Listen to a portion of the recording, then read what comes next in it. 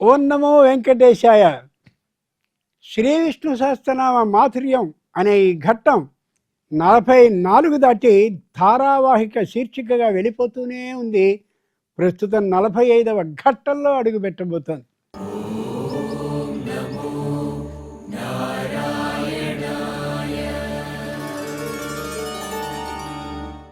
ఇదంతా కేవలం ఆ శ్రీ మహావిష్ణు అనుగ్రహం కారణంగా, అది అలౌకికంగా, లౌకికంగా 10వ తరగతి పిల్లలు పరీక్షలకి సిద్ధం కావలసి ఉన్నా కూడా దీని మీద ఆసక్తితో, భక్తి శ్రద్ధలతో పంపించినటువంటి తల్లిదండ్రుల కారణంగా. అబ్బో వాళ్ళు పంపించారండి కాదు, మేము పంపించాలి. దాని కారణంగా ఆ మహావిష్ణు అనుగ్రహం లభించి వీళ్ళకి మరింత ఉత్తీర్ణతా శాతం పెరుగుతుందనే యథార్థమైనటువంటి విశ్వాసం ఉండాలి. కేవలం చదువు చదివితే కాదు, ఆ చదువుకి ఆయన ఆమోదముద్ర కూడా ఉండాలి. అంచేతనే చాలామంది బ్రహ్మాండంగా చదువునప్పటికీ కూడా, పరీక్ష రాసినప్పటికీ కూడా తగిన ఫలితం లేకుండా కనిపిస్తూ ఉంటారు. ఒక్కొక్కడు తక్కువగా చదివినప్పటికీ కూడా అద్భుతమైనటువంటి ఫలితాన్ని పొందగలుగుతాడు. అలా అని చెప్పి తక్కువ చదివి ఆయన అనుగ్రహం కోసం ప్రార్థించొద్దు. మనం లౌకికంగా విషయాన్ని తెలియజేస్తున్నాం. ఈ స్ఫూర్తితో, ఈ ఆనందంతో మనం తరువాత 41వ శ్లోకం నుండి 50వ శ్లోకం వరకు చదువుకోబోతున్నాం. దాని ముందు ఓ ముఖ్యమైనటువంటి విశేషాన్ని చెప్పి దాంట్లో వెళ్ళిపోదాం. గరుడధ్వజ, ఏ శ్రీ మహావిష్ణువు ఉన్నాడో ఆయనకి గరుడధ్వజ, ఆయన రథం మీద గరుడు అలా ఎగురుతూ ఉంటాడు, రెపరెపలాడుతూ ఉంటాడు. మనకి బ్రహ్మోత్సవాలు జరిగేటటువంటి కాలంలో గరుడ పతాకాన్ని ఎగరేస్తారు కదా. ఎందుకని? ఆకాశం మీద అలా రెపరెపలాడుతూ ఆ పెద్దదైనటువంటి ఏ ధ్వజం ఉందో దాని మీద ఆకాశంలో యక్ష, కిన్నెర, కింపురుష, గంధర్వ, విహంగ, అబ్బో రాక్షస జాతులందరూ విమానాల మీద మనకి కనిపించకుండా పెడుతూ ఉంటే, ఏమయ్యా ఇక్కడ బ్రహ్మోత్సవాలు జరుగుతున్నాయి రా అని చెప్పి ఆ చక్కనైన జెండా మీద ఉన్నటువంటి గరుడిని పిలుస్తాడు. పిలిస్తే వాళ్ళందరూ కూడా ఏ పెద్దదైన ధ్వజస్తంభం ఉందో ఆ ధ్వజస్తంభం అలా పైనుండి కిందికి దిగి లోపల ఉన్నటువంటి ఆ వెంకటేశ్వరుని, పద్మావతిని ఇద్దరిని కూడా నమస్కరించుకుని, చక్కగా నీ ఉత్సవం సాగుతుందయ్యా, కనులహింపుగా మేము వచ్చి తప్పక పాల్గొంటాం, మాకు ఇయ్యబడ్డటువంటి ఆయా పనులని చేసుకుని మా జన్మని ధన్యం చేసుకుంటాం అంటారు. అంతటి గొప్ప దాస సఖా వాహనమాసనం. గరుడు దాస, దాసుడిగా ఉంటాడు. గరుడా వాడిని పిలుచుకురా, గరుడా ఈ పని చేయి, గరుడా ఆ సముద్రం నుంచి జలాన్ని తీసుకురా అని ఇన్ని చెప్తూ ఉంటే దాస. దాసుడు అంటే నెలసరి జీతం తీసుకుని పనిచేసేవాడు కాదు. నెలసరి జీతాన్ని భృతి అంటారు సంస్కృతంలో. ఆ భృతిని తీసుకుని పనిచేసేవాడు భృత్యుడు అవుతాడు. ఏ రోజు నువ్వు జీతం ఇవ్వడం మానేస్తే ఆ రోజు వాడు వెళ్ళిపోతాడు. కానీ దాసుడంటే అది కాదు, ఇది నా ధర్మం, నేను చెయ్యాలి అని అనుకుని గరుడు అలా ఉంటాడు. ఏ విధంగానూ అతనికి జీతాన్ని శ్రీ మహావిష్ణువు ఇవ్వడు, వీడు అడగడు, ఇచ్చినా తీసుకోడు. అది దాసలక్షణం. దాస సఖా. అలా గరుడుని మీద ప్రయాణం చేసేటప్పుడు గరుడు ఏవో ప్రశ్నలు అడుగుతూ ఉంటాడు, శ్రీ మహావిష్ణువు ఏవో సమాధానాలు చెప్తూ ఉంటాడు. గరుడ పురాణం అని ఉంటుంది చూడండి, అవన్నీ కూడా ఈయన ఆ శ్రీ మహావిష్ణువుని భుజం మీద ఎక్కించుకుని అలా వాహనంగా పెడుతున్నప్పుడు 2-3 అనుమానాలు ఉన్నాయి, అడగనా అన్నాడు. తప్పక చెప్తావా? ఖచ్చితంగా చెప్తాను, వివరంగా చెప్తాను. అదిగో ఎవరు అలా దగ్గరగా మాట్లాడుకుంటారు? స్నేహితులు కదా. దాస సఖా వాహనం. వాహనం అంటే మోయడం. ఆ వాహనాన్ని ఎవడు చేస్తాడో ఆయన వాహనం. ఆ మహానుభావుడైన శ్రీ మహావిష్ణువుకి ఈయన వాహనంగా ఉంటాడు. తిరుమల ప్రభు యొక్క ఆలయానికి వెళ్ళి చూడండి, రెక్కలు 2 ఇలా విప్పుకుని కనిపిస్తాడు. ఎందుకని? గరుడా అని పిలవగానే మళ్ళీ రెక్కల్ని విప్పుకుని మళ్ళీ రావాలంటే సమయం అవుతుందనే ఉద్దేశంతో ఎప్పుడూ విప్పుకునే రెక్కలు కనిపిస్తూ ఉంటాడు. అంతటి స్వామి సేవా పరాయణుడు గరుడు. వాహనం ఆసనం. మహావిష్ణువు ఎక్కడైనా దేవతల సమావేశానికి వెళ్ళాడు అనుకుందాం. మహావిష్ణువు కూర్చోగలిగినటువంటి అద్భుతమైన స్థాయి వాహనాన్ని వాళ్ళు సిద్ధం చేయకపోతే వాహనం ఆసనం. ఆయనకి ఏ స్థాయి ఆ ఆసనం ఉంటుందో అలాంటి స్థాయి ఆసనంగా అలా కూర్చుని నా మీద కూర్చో అంటాడు. నువ్వు చెప్పిన పని ఇది ఒక్కటే కాబట్టి ఎక్కువ పనులు చేయను అనడు. దాసః సఖా వాహనం ఆసనం ధ్వజ. ఆ పైన జెండా మీద కనిపిస్తూ ఉంటాడు. వేగంగా ఈ గరుడు ప్రయాణిస్తున్నప్పుడు దూరంగా ఉన్నటువంటి వాళ్ళు కూడా అబ్బో గరుడధ్వజ వస్తోంది, మహావిష్ణువు వస్తున్నాడు అనమాట అని ఆయనకి చేయవలసినటువంటి ఉపచారాలు పరిచర్యలు, ఈ గంధ మాల్యం పుష్పాలు వీటిని అన్నీ పుచ్చుకుని సిద్ధపడుతూ వస్తారు. అలా చెయ్యాలని చెప్పేది ఎవరు అంటే శ్రీ మహావిష్ణువు యొక్క పైనుండేటటువంటి జెండా. ఆ జెండా గరుడు ఉంటాడే అది ధ్వజ. ఎంత గొప్పగాను ధ్వజంగా ఉంటాడు. ఇంతే కాదు, వితానం. వితానం అంటే పెద్దదైనటువంటి పందిరి. శ్రీ మహావిష్ణువు ఎక్కడైనా కూర్చున్నాడు అంటే పైన చాలా పెద్దదైనటువంటి మంచి అందంగా ఉండే చాలా మెరుపులు మెరుపులు మెరిసిపోయేటటువంటి పైన పందిరిలాగా వస్త్రాన్ని ఏర్పాటు చేస్తారే అది. ఎంత గొప్ప మాట. వ్యజనం. మహావిష్ణువు వేసంకాలంలో వెడుతున్నటువంటి సందర్భంలో ఒకవేళ కొద్దిగా గాలి తక్కువగా అనిపిస్తే ఎందుకయ్యా నా రెక్కలు ఉన్నాయిగా అని చెప్పి చక్కగా రెక్కలతో వీస్తూ ఉంటాడు. రెక్కలతో ఈ రెక్కతో ఇటు ఈ రెక్కతో ఇటు వేస్తూ ఉంటే మహావిష్ణువు భుజం మీదకి అలా ఉండేటటువంటి ఆ శిరోజాలు ఇలా ఇలా కదులుతూ ఉంటే స్వామి చల్లగా ఉందిగా అని చెప్పి అండవే కాకుండా దగ్గరగా ఉండేటటువంటి ఆకాశ గంగా నది జలాలను తీసుకొచ్చి తన ఆ రెండు రెక్కల్లోనే ఏర్పాటు చేసి ఇలా ఇలా విసురుతూ చిన్న చిన్న తుంపుర్లు పడుతున్నాయిగా, బాగుందిగా, వేసంకాలపు బాధ లేదుగా అంటాట. ఎంత ఆశ్చర్యించండి. వితర్ది. ఇంత గొప్పగా ఉంటాడు. ఉపస్థితం తేన పురో గరుత్మత. గరుత్మంతుడు పనేం లేనప్పుడు ఆ ఎదురుగా కూర్చుంటాట. ఏమన్నా నువ్వు చెప్తే విందామని అనుకుంటున్నాను అని. బాగా చదువుకున్నవాడు ఎదురుగా కూర్చుంటే ఎవరైనా ఏం చేస్తారు, ఎవరన్నా ఆయన చెప్తారేమో అని కూర్చుంటారు. అవును కదా. అంతేగాని ఈయన ఇటు కూర్చుంటే అటు కూర్చోరు. ఎందుకని ఆయన వల్ల ప్రయోజనాన్ని మనం పొందాలి కాబట్టి. ఉపస్థితం తేన పురో గరుత్మత. ఇంకో చిత్రం ఉంది. త్వదంఘ్రి. ఆ మహావిష్ణువు వేగంగా వెళ్ళాలనుకోండి, కిందుండే గరుత్మంతుడిని అలా ఒకసారి పొడుస్తుంటాడు కాలుతో. త్వదంఘ్రి సమ్మార్తిత. కళ చేస్తూ ఉంటే కిణ. ఆయన ఇలా గుచ్చినప్పుడు కాలుతో ఆయన పాద ముద్రలు గరుత్మంతుని మీద పడతాయి. అబ్బా ఎంత బాగుంది పాదం, ఎంత బాగుంది పాదం అని ఆ పాదాలకి నమస్కరించూ ఉంటాడు ఆయన. చూసారా, అంతటి గొప్ప లక్షణం కలిగినటువంటి వాడు గరుత్మంతుడు. గరుడ ధ్వజ. మామూలుగా చూసుకున్నట్టయితే ఆ పైన గరుత్మంతుడు జెండా అగిలా రెప్పక ఉండేటటువంటి వాడు అని మామూలుగా అనుకుంటే అందులో ఏం విశేషం ఉండదు, ఇంత అర్థం ఉండదు. త్వదంఘ్రి. నీ పాదాలు ఏవైతే ఉన్నాయో, ఆ అరికాళ్ళు ఏవైతే ఉన్నాయో ఆ ముద్రలు పడితే సమార్జిత అంఘ్రిణ. అంఘ్రిణ బాగా నొక్కినటువంటి సందర్భంలో కిణాంకాలు అంటారు దాన్ని. అవి అలా గుచ్చుకుంటూ ఉంటాయి.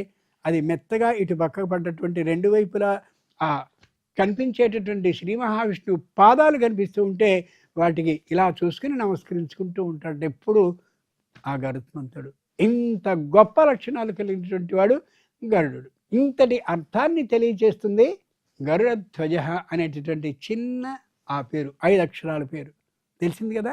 ఈ స్ఫూర్తితో మనం 41వ శ్లోకం నుండి 50వ శ్లోకం వరకు ఉత్సాహంతో చదువుదాం. ఒక్కసారి చదవండి. ఉద్భవ క్షోభనో దేవ శ్రీ గర్భ పరమేశ్వరః కరణం కారణం కర్త వికర్త గహనో గుహః వ్యవసాయో వ్యవస్థాన సంస్థానస్థానదో ధ్రువః పరద్ధి పరమస్పష్ట తుష్ట పుష్ట సుభేషణః రామో విరామో విరజో మార్గో నేయో నయోనయః వీరశక్తిమతాం శ్రేష్ఠో ధర్మో ధర్మవిదుత్తమః వైకుంఠ పురుష ప్రాణ ప్రాణద ప్రణవ పృథుః हिरण्यगर्भः शत्रुघ्नो व्याप्तो वायुरधोक्षजः ऋतुः सुदर्शनः कालः परमेष्ठी परिग्रहः उग्रसंवत्सरो दक्षो विश्रामो विश्वदक्षिणः विस्तारस्तावरस्तानुः प्रमाणं बीजमव्ययम् अर्थोऽनर्थो महाकोशो महाभोगो महाधनः अनिर्विन्नस्तविष्टो भूधर्मयूपो महामखः नक्षत्रनेमिर्नक्षत्री क्षमः क्षामः समीहनः यज्ञयुज्यो महेजश्च क्रतुः सत्रं सदाङ्गतिः सर्वदर्शी विमुक्तात्मा सर्वज्ञो ज्ञानमुत्तमम् सुव्रतः सुमुखः सूक्ष्मः सुघोषः सुखदः सुहृत् मनोहरो जितक्रोधो वीरबाहुर्विदारणः स्वापनः स्ववसो व्यापी नैकात्मा नैककर्मकृत् वत्सरो वत्सलो वत्सी रत्नगर्भो धनेश्वरः పురుషః. విష్ణు సహస్రనామాల్లో వేటిలో ఒక పేరు పురుషః అని. శ్రీ మహావిష్ణువు పురుషుడు కాదని ఎవరన్నా అన్నారా? ఆయన పురుషుడే కదా. ఏమిటి దీంట్లో చెప్పుకోదగ్గ అర్థం అనిపిస్తుంది, అవునా? మీరు ఏదైనా సరే ఏ దేవుడి స్తోత్రమైనా చూడండి, ఇదేమిటి అని ఒక్కసారి లోపలికి బుద్ధి పెట్టి ఆలోచించినట్టయితే, లేక మీ బుద్ధికి అందకపోయినట్టయితే ఎవరైనా చదువుకున్నటువంటి ఆయన్ని అడిగితే అప్పుడు దాని లోపలి అర్థాన్ని తెలియజేస్తాడు. పురము అంటే శరీరం, పురి అంటే శరీరంలో, శతే అలా నిరంతరం నిద్రపోతూ ఉండేటటువంటి వాడు ఎవరో ఆయన పురుష. పురి శతే ఇది పురుష. ఉదాహరణకి మనం పరీక్ష రాస్తున్నాం, మనకంటే బాగా పరీక్ష రాస్తున్నవాడు ముందు కూర్చొని రాస్తున్నాడు. ఇటు చూస్తే వాడు రాసే అక్షరాలు కనిపిస్తున్నాయి. అలా చూద్దాం అనుకుంటే లోపల తప్పు తప్పు తప్పు అని వాడు అంటుంటాడు. ఎవడంటాడు? పురుష. లోపల ఉన్నాడుగా, తప్పురా రాయగలగా, గబుకుని పట్టుకున్నాను అనుకో ఏమైపోతావు? పరీక్ష నుంచి వెళ్ళిపోతావు కదా. వద్దు. అయినా నువ్వు చదువుకోవాలి కానీ ఏంటి పని చేస్తున్నావు? వాడు పురుషుడంటే. నాకు తెలియక పొరపాటు చేశారండి. ఎవడు తెలియక పొరపాటుని చేయడు, తెలిసి తెలిసి పొరపాటు చేస్తాడు, అవునా కదా? తెలిసి తెలిసి పొరపాటు చేస్తూ కూడా నువ్వు పొరపాటు చేస్తున్నావు అని లోపల చెప్తున్నప్పుడు కూడా ఊరుకో కాసేపు అని చెప్పి చేస్తాడే. అంచేత ప్రతివాడు పొరపాటుని తెలిసే చేస్తాడు తప్ప తెలియక పొరపాటు చేసేవాడు ఎవడు ఉండడు. ఒకటి. రెండు, పురుషేతే ఇది పురుష. మీ శరీరంలో ఏమున్నాయి అని అడిగితే ఇవాళ విజ్ఞాన శాస్త్రజ్ఞుని గుండె, ఊపిరితిత్తులు, లివరు ఇవో మామూలుగా చెప్తారు. ఇవి మాత్రమే వాళ్ళ ఈ కొత్త కాలపు పరికరాలకు కనిపిస్తాయి. కానీ పరమేశ్వరుడు ఉన్నాడే, వాడికి శరీరంలో ఉన్నటువంటి సప్త చక్రాలు కనిపిస్తాయి. మూలాధారం అనో చక్రం ఉంటుంది, పైన స్వాధిష్టానం అనో చక్రం ఉంటుంది. మీకు అర్థం కాకపోవచ్చు, కానీ ముందోసారి వింటే తెలుస్తుందిగా. దాని మీద మణిపూరకం అనో చక్రం ఉంటుంది, అనాహతం అనో చక్రం ఉంటుంది, విశుద్ధి అనే చక్రం ఉంటుంది, ఆజ్ఞ అనే చక్రం ఉంటుంది, సహస్రారం అనే చక్రం ఉంటుంది. ఈ 7 చక్రాల ఆధారంగానే మనం జీవిస్తున్నాం. ఇవన్నీ కూడా ఎవరికి కనిపిస్తాయి? ఆ లోపల ఉన్నవాడికి కనిపిస్తాయి, మనకు కనిపించవు. వాడు మొత్తం నడుపుతూ ఉంటాడు యంత్రాన్ని. ఓ వాహనాన్ని నడుపుతున్నాడు అనుకోండి, వాడు నడుపుతూ ఉండేటటువంటి సందర్భంలో వాడు వేగాన్ని తగ్గిస్తున్నాడో వేగాన్ని పెంచుతున్నాడో మనం అనుభవం మీద తెలుసుకుంటాం. వాహనం వేగంగా వెళుతుంటే అబ్బో వేగంగా వెళ్ళేలా చేస్తున్నాడని, ఆపుతున్నాడు అంటే ఆపుతున్నాడు అని అర్థం చేసుకుంటాం. కానీ అనుభవం మీద తెలుసుకుంటాం, కానీ ఆ పని మనం చేయడల్లా. కానీ మహావిష్ణువు ఏం చేస్తాడంటే మనము అనే ఈ వాహనాన్ని ఎలా నడపాలో నడిపించేవాడు ఆయనే. ఆయన నడిపిస్తూ ఉంటాడు.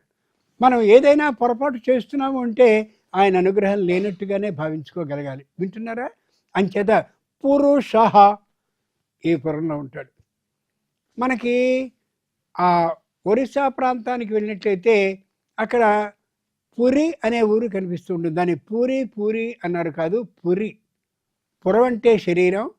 ఆ పురంలో ఉండేటటువంటి వాడు జగన్నాథుడు. ఆయన పేరు జగన్నాథుడు. ప్రపంచంలో ఉన్నటువంటి ఆలయాలు అన్నిటికంటే పెద్ద విశాలమైనటువంటి ప్రాంగణం ఉన్న ఆలయం ఏదంటే పురి జగన్నాథ ఆలయమే.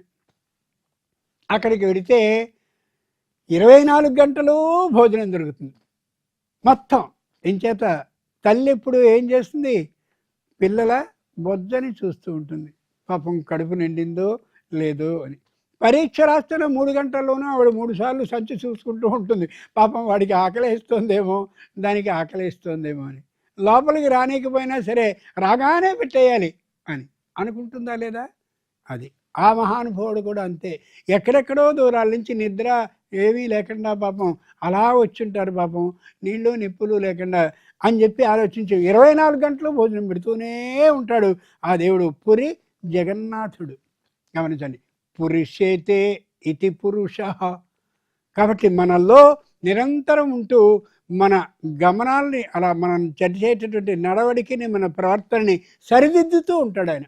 అంచేత మనం ఏం చేయాలి, ఏమయ్యా లోపల నువ్వు ఉన్నావు కదా, నా ప్రవర్తనని గమనిస్తూ జాగ్రత్తగా నా నడవడికిని సరిచేస్తున్నావు కదా, నువ్వు ఇలాగే ఉండి నన్ను జాగ్రత్తగా నడిపించు అని అనుకున్నావు అనుకోండి, ఓహో నేను చేసే పని వాడు గమనిస్తున్నాడు, గుర్తిస్తున్నాడు అని ఆలోచించే మన ప్రవర్తనని మరింత సరిచేస్తాడు. అర్థమవుతుందా? ఇంట్లో బాగా పనిచేసేటటువంటి సేవకుని చూసి పని అంతా అయిపోయిన తర్వాత భలే చేస్తావురా నువ్వు పని అంటే ఉత్సాహపడి చెప్పిన పనికి మించిన పని కూడా వాడు చేస్తాడు. అంతే కదా? ఏం చేసినా నచ్చుబాటు లేనటువంటి వాళ్ళు కొందరు ఉంటారు, తొందరగా వెళ్ళిపోతారు. వెళ్ళిపోయేప్పుడు ఊరికే వెళ్ళిపోరు, ఏదో వస్తువును కూడా పట్టుకునే పోతారు. అసలు విషయం అది. భగవంతుడు అలా కాదు, లోపల ఉంటాడు. కాబట్టి ఆయన్ని మనం నిరంతరం స్తుతిస్తూ ఉంటే, ఇదిగోనయ్యా నీకు ఇష్టమైన విష్ణు సహస్రనామాన్ని నేను ఇదిగో పారాయణం చేస్తున్నాను అని చెయ్యండి, అబ్బో నన్ను పొగుడుతున్నారు వీళ్ళు, చాలా బాగుంది అని అనుకుని ఇంకా మన నడవడికని మన ప్రవర్తనని సరిచేసి మనకి ఆయన అనుగ్రహాన్ని ఇస్తూనే ఉంటాడు. అర్థమైందా? ఇంత అర్థం ఉన్నటువంటి మాట పురుష, 3 అక్షరాలు. పై అర్థం ఏంటి, ఆయన మగాడు అని. ఇదే అంత తేలిగ్గా ఉండే మాటకి ఇంత విశేషమైన అర్థం ఉంటుంది. అలాంటి విష్ణు సహస్రనామ స్తోత్రాన్ని మీరు పారాయణం చేయగలిగినటువంటి అదృష్టాన్ని పొందారు. ఈ స్ఫూర్తితో ఇప్పుడు 31 నుండి 40వ నామం వరకు చక్కని ఉత్సాహంతో చక్కగా గొంతు పెంచి చదవండి.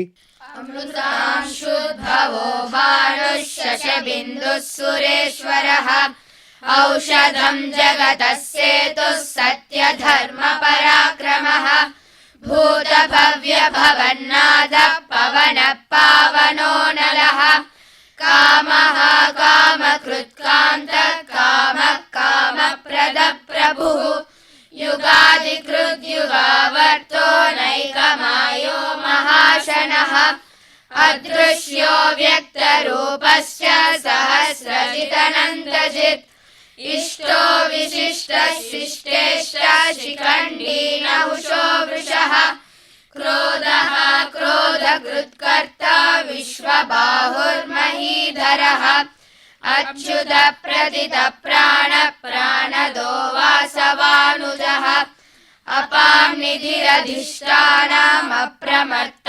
ప్రతిష్ఠితః స్కంద స్కందధరో ధుర్యో వరదో వాయువాహనః వాసుదేవో బృహద్భానురాదిదేవః పురందరః అశోకస్తారణస్తారః శూరః శౌరిర్జనేశ్వరః అనుకూలః శతావర్త పద్మే పద్మనిభేక్షణః పద్మనాభోరవిందాక్ష పద్మగర్భः శరీరభృత్ మహర్దిరుద్ధో వృద్ధాత్మా మహాక్షో గరుడధ్వజः అతులः శరభో భీమः సమయజ్ఞో హవిర్హరిః సర్వలక్షణలక్షణ్యో లక్ష్మీవాన్ సమితింజయః విక్షరో రోహితో మార్గో హేతుర్దామోదరः సహః మహీధరో మహాభాగో వేగవానమితాశనః. దామోదర, గొప్ప పేరు దామోదరుడు. మామూలుగా పై అర్థం చూసినట్టయితే దామ అంటే చక్కనైనటువంటి మాల, ఉదరహ ఈ ఉదరం మీదకి అలా వేలాడుతూ ఉండేలా వేసుకునేవాడని పై అర్థం. కానీ శ్రీ వెంకటేశ్వరుని గమనించి చూడండి. వనమాలి గదీ శాంగి శంఖీ చక్రీ చనందకి ఉంది కదా. ఈ మెడ దగ్గర నుంచి పాదాలు ఎక్కడుంటాయో అంతవరకు కూడా చక్కనైనటువంటి వనమాల అంటే తులసి మాలని వేసుకుంటాడు ఆయన. ఎందుకు వేసుకుంటాడు? తులసి మాల ఏం అందంగా ఉంటుంది. ఇటు పక్క చక్కనైనటువంటి అద్భుతమైన ఆభరణాలు బంగారంతో ఎక్కడా ఎవరూ చేయించుకోలేనిటువంటి కట్టుబడి ఉన్నవి వేయించుకుంటాడే. పైగా ఇటు అటు స్ఫటికాలతో ఏర్పాటు చేయబడ్డట్టువి కనిపిస్తూ ఉంటాయే. పైగా ఇటు అటు ఉండేటటువంటి వాటితో పాటు ఎక్కడ చూసినా బంగారం బంగారం బంగారమే తప్ప మరేమీ కనిపించదే. ఆ కుడి ఎడమ ఏవైతే ఉన్నాయో ఆ పాదాలకుండే ఊరేళ్లకి కూడా బంగారపు బంగారపు బంగారపు వాటిని చుట్లని ఏర్పాటు చేసుకుంటాడు. పాదము ఆ పై భాగము కలిసేటటువంటి ఆ చీలమండలకి పై భాగంలో 3 ప్రత్యేకమైనటువంటి బంగారపు ఆభరణాలని ధరిస్తాడు కదా.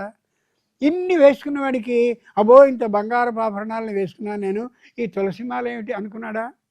వేసుకున్నాడు ఆయన. మనం ఎవరో అయినా సరే ఏదో తల్లులు కానీ తండ్రులు కానీ మంచి బంగారపు ఆభరణాలన్నీ వేసుకుని అందు మీద పూలమాల వేసుకుని ఎవరన్నా వెళ్ళారనుకోండి, లేదా తులసిమాల వేసుకెళ్ళారనుకోండి, ఏంటి పిచ్చాడు అనుకుంటారా? అనుకోరా? ఎందుకు అలా వేసుకున్నాడు ఆయన? వనమాలి దామ ఉదరహ. దామ అంటే పెద్దదైనటువంటి మాల, ఉదరహ ఈ శరీరం నిండుగా వేసుకునేవాడు. ఎందుకు వేసుకుంటాడో తెలిసిన? లోకంలో ఉండే మీ అందరికీ కూడా 2 భయంకరమైనటువంటి వ్యాధులు వచ్చే అవకాశం ఉందిరా.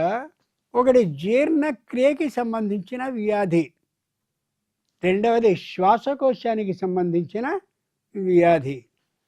ఈ రెండిటిలో ఏ ఒక్కటి వచ్చినా సరే శాశ్వతంగా ఉంటుంది తప్ప పోదు. అంచేత నీకు ఆ శాశ్వతమైన ఈ శ్వాసకోశ సంబంధమైన వ్యాధి లేకుండా ఉండాలంటే నా దగ్గరికి నువ్వు రాగానే నా గర్భాలయం నిండుగా ఆ అద్భుతమైనటువంటి సువాసన నీకు పీల్చినట్లయితే ఆ శ్వాసకోశ వ్యాధి తగ్గినట్లుగా నీకు అనిపిస్తుంది. నువ్వు కూడా అదే విధంగా ఇంట్లో ఈ తులసి మాలని వాడు.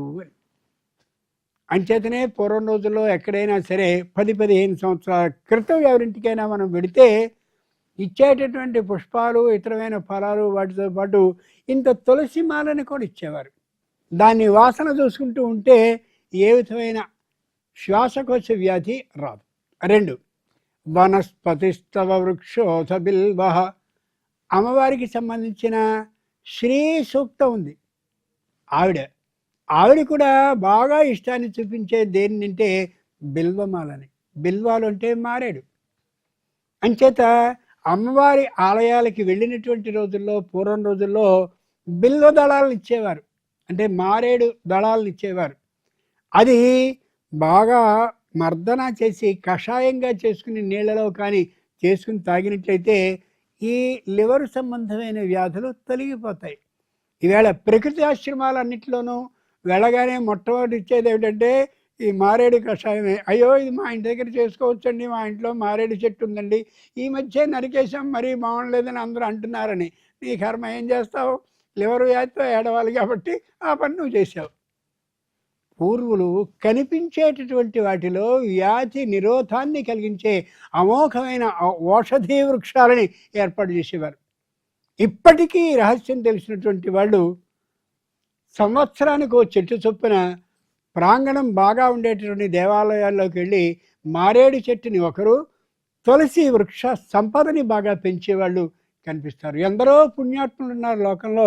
కేవలం ఒక 5 ఎకరాలు 6 ఎకరాలు వాళ్ళకున్న బ్రహ్మాండమైనటువంటి ఆ పొలంలో ఒక 5 ఎకరాలు తులసి వృక్షాలే పెంచి దేవాలయాలకి ఉచితంగా అందిస్తారు. మళ్ళీ దీని మీద సంపాదన కాకుండా. కార్తీక మాసంలో 1,00,000 బిల్వ అర్చనను సాగుతుంది. ఎందుకని? మీ అందరికీ ఈ లివర్ సంబంధమైన వ్యాధులు రాకూడదు, ఉండకూడదు అని. అర్థమైందిగా? ఈయన దామ ఉదరహ, తులసిమాలని పాదాల వరకు వేసుకునేవాడు అనేది ఒక అర్థం. 2 దామోదరహ, కృష్ణుడి అవతారాన్ని ఎత్తాడు కదా శ్రీ మహావిష్ణువు. ఆ కృష్ణావతారాన్ని ఎత్తినప్పుడు చాలా ఇష్టంగా అడిగేవాడు, తులసిమాల ఎక్కడుంది, తులసిమాల ఎక్కడుంది, తులసిమాల ఎక్కడుంది అని. ఆ రోజుల్లో రోటితో ఆ యశోదమ్మ కట్టేసింది అని అంటే మనకు కనిపించే జనపనారో గోగునారో వీటితో కట్టేలా ఆవిడ ఈ తులసితో బ్రహ్మాండమైన తాళ్ళని కట్టి, ఆ తులసి తాళ్ళతో కడితే, నాకు ఇష్టమైనది ఎంత బాగా చేసావు యశోదమ్మ, నేను నీ గర్భావాసాన పుట్టకపోయినప్పటికీ కూడా నాకు ఏది ఇష్టమో గమనించుకుని ఎంత బాగా కట్టావు అని యశోదమ్మని కౌగిలించుకునేవాడు ఎవరు? కృష్ణమూర్తి. చూసారా, తల్లికి పిల్లవాడికి ఏది ఇష్టమో తెలుస్తూ ఉంటుంది. పిల్లవాడికి నాకు ఏది ఇష్టమో తల్లికి తెలుసు కాబట్టి చెప్పాలి అని అనుకోడు, తల్లి మాత్రం గమనిస్తుంది. ఎందుకని? ఈ గూటిలోంచి వచ్చిన పక్షి కదా, సంతానం కదా, పిల్లలు అంత ఇష్టంగా చేస్తూ ఉంటుంది. దామ ఉదరహ వెంకటేశ్వరుడు ఈ కలియుగానికి సంబంధించిన దైవం అయితే, ఈ కలియుగ సంబంధించిన దైవానికి వెనుక దైవం అంటే వెనుక యుగానికి సంబంధించిన దైవం ద్వాపరయుగంలో ఎవరు? కృష్ణుడు. ఆ కృష్ణుడికి ఇష్టం తులసిమాల. అంచేతనే వాళ్ళందరూ కూడా గోపవాళ్ళందరూ ఏ చెట్లు అయితే ఉన్నాయో ఆ చెట్లలో తులసి వృక్షాలు కూడా ఉంటే వాటన్నిటిని తీసుకుని ఒకళ్ళనొకళ్ళు అలా అలా అలా అలా కొట్టుకుంటూ ఉండేవారిని. అది కొట్టుకునేందుకు ఉపయోగించబడేటటువంటి వృక్షం కాదు, అది సంపూర్ణమైన ఆరోగ్య రహస్యం ఉన్నటువంటి అది వృక్షం. గమనించారా? దామ ఉదరహ, చిన్న 4 అక్షరాల మాటకి ఇంత విశేషమైనటువంటి అర్థం మనకి కనిపిస్తోంది. రామావతారంలో కూడా ఋషులందరూ కూడా ఆ రాముడు తమ ఆ ప్రత్యేకమైనటువంటి అరణ్య ప్రాంతాలకు వచ్చినప్పుడు వాళ్ళు కూడా ఆయన్ని ఈ తులసి దళాలతోనే అర్చన చేశారు. ఇలా అనేక రహస్యాలు మనకి బయటపడతాయి ఈ నామం ద్వారా. ఇప్పుడు ఈ విషయం తెలిసింది కదా. ఈ స్ఫూర్తితో మనం 41వ శ్లోకం నుంచి 50వ శ్లోకం వరకు ఉత్సాహంగా చదువుదాం. ప్రారంభించండి.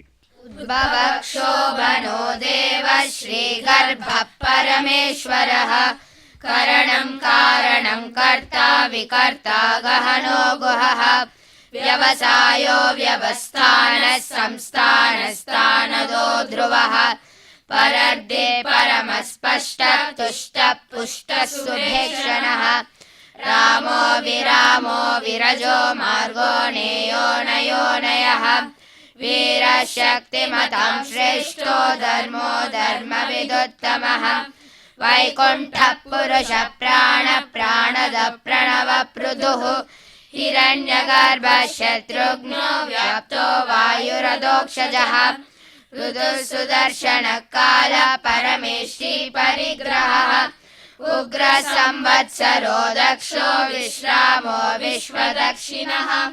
విస్తారస్థావరస్థానుర్భ్రమాణం బీజమవ్యయం అర్థోనర్థో మహాకోశో మహాభోగో మహాధనః అనిర్విన్నస్తవిష్టో భూధర్మయూపో మహామఖః నక్షత్రనేమే నక్షత్రే క్షమః క్షామः సమీహనః యజ్ఞయుజ్యో మహేజశ్చ క్రతుః సత్రం సదాంగతిః సర్వదర్శి విముక్తాత్మా సర్వజ్ఞో జ్ఞానముత్తమం సువ్రతః సుముఖः సూక్ష్మः సుఘోషः సుఖదः సుహృత్ మనోహరో జితక్రోధో వీరబాహుర్విదారణః స్వాపనः స్వపశో వ్యాపీ నైకాత్మా నైకకర్మకృత్ వత్సరో వత్సలో వత్సీ రత్నగర్భో ధనేశ్వరః. చూశారు కదండి, శ్రీ విష్ణు సహస్రనామ మాధుర్యం అనే ఈ శీర్షిక ఎంత అద్భుతంగా లోకంలోకి అలా వ్యాప్తమైపోతుందో. దానికి కారణం ఆ పరమేశ్వరుని అనుగ్రహం.